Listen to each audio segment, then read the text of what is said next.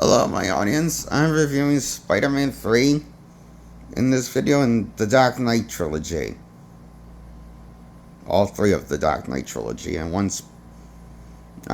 So I got confused with my saying. What I meant to say is I'm going to review the Spider-Man Trilogy with Tobey Maguire and the Christian Bale Batman Trilogy. All in one video. I'm going to talk with Batman Trilogy first in this video. Then I'm going to move on to Spider-Man with Tobey Maguire. I'll be honest with you, I give all three Dark Knight installments the same score. I like them as a 6 out of 10. Mediocre entertainment. Because I think the plots are nonsense, but great imaginative villains reimagining for the big screen with the Batman villains. Take on the Batman villains are awesome and iconic. Too bad Batman doesn't feel awesome and iconic himself, played by Christian Bale. I'm sorry, there's nothing iconic about his Batman. It's written to feel like iconic, just meant to make him feel relatable. And for me, that kind of takes the iconic element out of Batman. See, they're trying to do the more modern era Batman, what we call loser Batman, the kind that Nightfall invented and has been common theme with loser Batman through the next millennium. Up to this day, loser Batman is what DC goes for. Basically, he will be Batman, but the dumbass version of himself. And he'll lose a lot. But he'll still be a competent, fast fighter, like a ninja, like reflexes. So, that's what you gotta keep in mind when Nolan made this Batman trilogy. He wanted to homage of Frank Miller stuff, but also homage of Nightfall, modern era Batman from that was invented with pretty much the Bronze Age when they reinvented Batman, loser Batman, because he would always lose stuff and suffer constantly. He would lose a loved one, like Jason Todd, or he would lose his spine and get his back shattered by Bane in Nightfall. He would just lose a lot, basically, a lot of stuff. We call him Loser Ben because he's not always triumphant. He's too often gets knocked down, like more than Spider-Man in his best outings of his series from the comics. Before he started suck with One More Day and carry on to a brand new day. And to this day, 616 Spider-Man sucks. So that's what you gotta keep in mind what Nolan wants to create. Loser, modern, new Batman. Not Batman from the Golden Age. Not Batman from the Silver Age, which is what Keaton already played Batman from the Golden Age, inspired by. And Adam West was more of a hybrid of Golden Age and Silver Age Batman ideas. Because Batman in the Silver Age never fought the Joker or any of his rogue villains from his galley. He never fought crime unless it was aliens from outer space. Like shit like that. And he didn't do any detective work. He did that in the Golden Age. This now was Silver Age. But Adam West is caught to doing detective work. He's not the most competent detective. For example, he gets the civilians in the wrong bodies at the end of the 60s Batman movies. Because the chemistry is of their rewriting their DNA to make them rehydrated doesn't fully work like he planned it on. So he sees it as a good thing, this weird coincidence, as a good thing. So they leave conspicuously out the window at the end of before the credits roll. Anyway, so the thing is,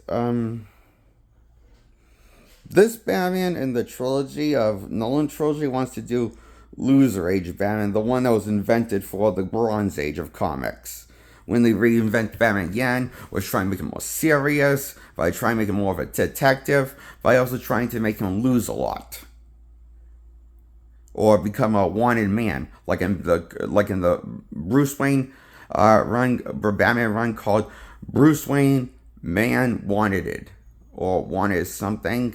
It came out in the 2000s. I hear it got well known. That run, haven't read that run, but you see what I'm saying. Basically, Batman would always be caught suffering in some way. He wouldn't be the vigilante that kicked ass, but wasn't going to always guarantee suffering, but he would suffer psychologically. But this one, Golden Age, after Golden Age Batman, is what we got from Keaton's run, inspired by that take on Batman. And also, that was pure Golden Age Batman. Sure, he had a different costume. Golden Age Batman, like, it was all black instead of black and gray. But, that's how Golden Age Batman operated and behaved like. And Loose Age Batman is also kind of a little different, but not similar to Golden Age Batman. But of course, they have to reinvent Bronze Age Batman to make him a loser, like as often as Spider-Man was in his best comics, to make him relatable, rather than just making the villain scary and the threats more dangerous. And just have to make Batman lose more, or lose a loved one, become a wanted fugitive, or his Bruce Wayne person becomes a wanted fugitive, or he goes bankrupt and becomes a wanted fugitive, like in the modern era has done so many times. See, this is why I'm saying Loser Age Batman, because is what the Bronze Era of Batman, for better or for worse, created. On one hand, it created a more serious take of Batman stories than we got from the Silver Age. Because Silver Age Batman didn't fight any of his rogue villain galleries. He didn't fight even the Joker, or Poison Ivy, or Bane, or anyone. Unless they were actual Martian aliens from outer space trying to invade Earth or something like that, or if he was on planets, like on Martian planets, he would fight them. That's as much violence as Silver Age Batman got. And also, he didn't drink or smoke alcohol. He didn't drink alcohol or smoke cigars like Golden Age Batman did. It was caught drinking and smoking when he was in the Golden Age. But yeah, this Batman always drinks milk for drinking stuff. For occasions drinks. He drinks milk, and that's where they also aged up Robin into a teenager instead of being a 12-year-old boy. They aged him into a 16-year-old, and that's where Robin got aged up for high school years. But on one hand, Robin got aged up. On the other hand, Silver Age Batman kind of took away the mature content stories and the villains that made Batman special, almost bankrupting the character forever and comic book media. So it wasn't for Bronze Age Batman, the one that reinvented the character and saved the character again from comic book media, because of Silver Age Batman got so very little people reading it. Because the comic book code authority guy, legally the kids were marketing it to kids, so they had aged up Batman. I mean, they had a lot down Batman, making it less serious, less complex, more happy. That's why in the Silver Age, all he's constantly drawn was a smile when he's fighting villains or doing service. Similar how Adam West often smiles. But Adam West was a combination of Silver Age and Golden Age Batman, because he did fight crime and he did do detective work. And he was generally a smart, proactive villain. Hero against the villains. Was his partner Robin. At least in the first 2 seasons, he was in like that, and also a little bit in Batman the movie. Haven't seen the 3rd season of Batman all the way through with the introduced Batgirl, so I can't give my thoughts on that. The 3rd season as a whole.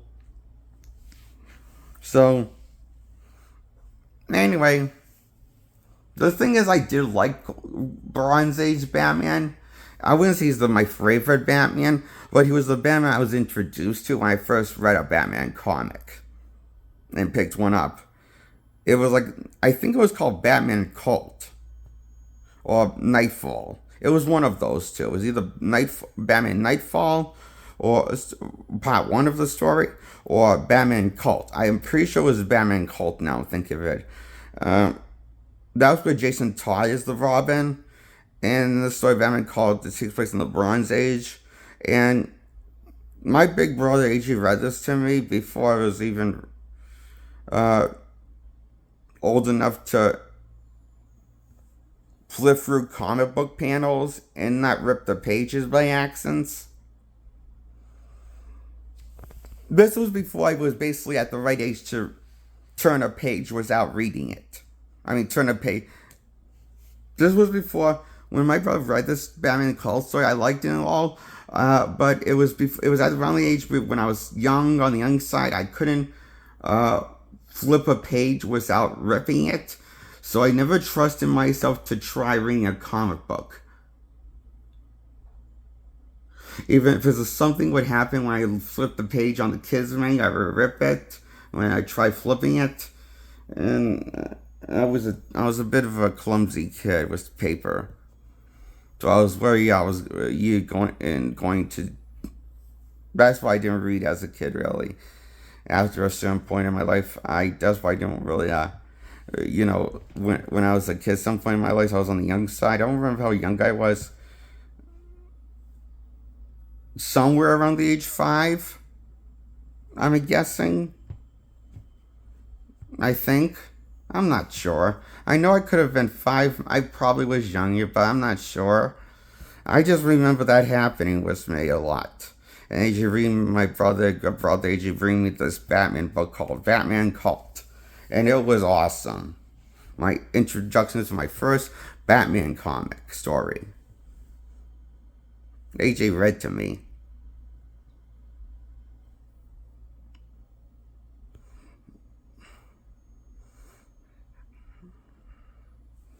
So the point is, I think the weakest in the Batman trilogy is the first one, Batman Begins. I give it a 6 out of 10.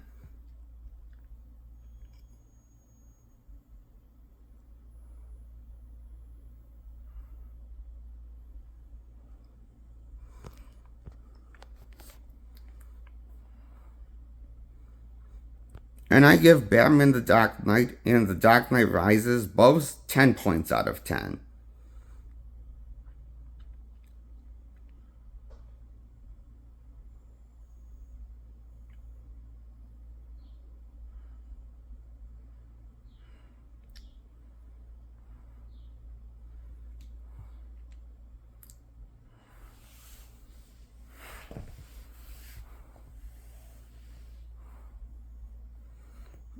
That's my review on the Batman trilogy.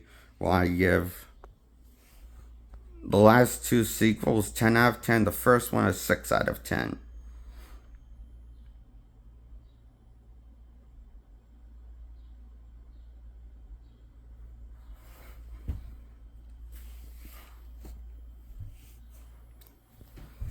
Now I'm going to review the Spider-Man trilogy with Tobey Maguire. I give Spider-Man a 6 out of 10. Spider-Man 2, 6 out of 10. Spider-Man 3, 10 points out of 10. Because I really dig the reimagining of Sandman and the Symbiote saga for the big screen. And I love the final battle with Harry and Peter teaming up. I love the redesign for the Black Suit, Spider-Man and Venom on Eddie Brock.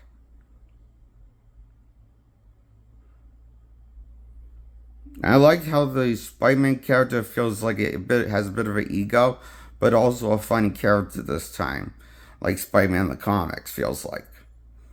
When he first introduced, even when like when he first introduced, and when to the very end, he feels like heroic and a funny hero, heroic funny hero.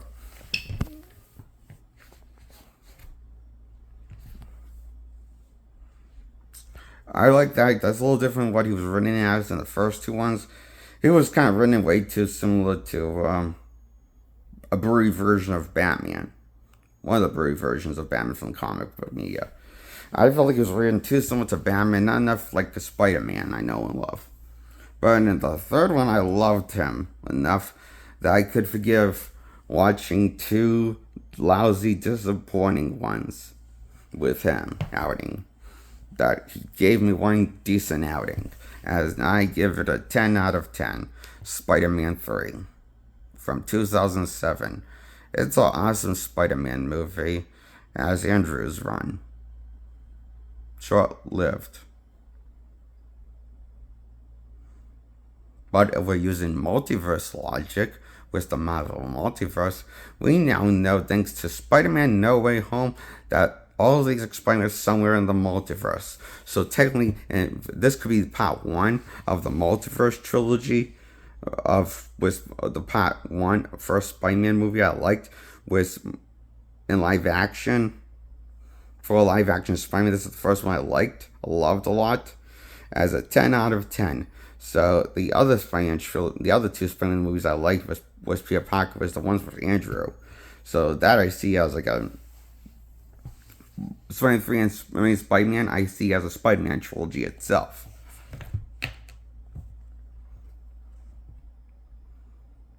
Because I see how they're connected in that multiverse fashion logic that Marvel has created and launched was their multiverse saga. So I love Spider-Man 3 a lot. Even more now, what they did with it was create multiverse saga. You know? I love Spider-Man 3 as 10 points out of 10 it gets.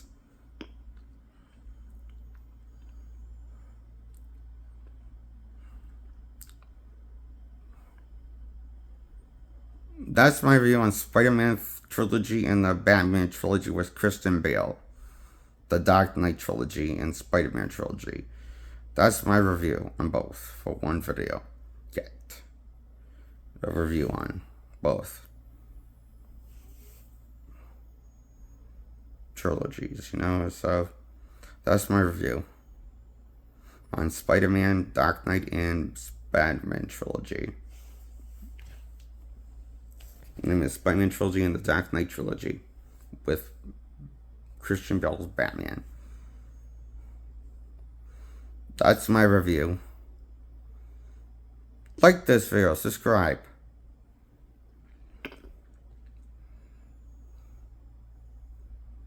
Goodbye.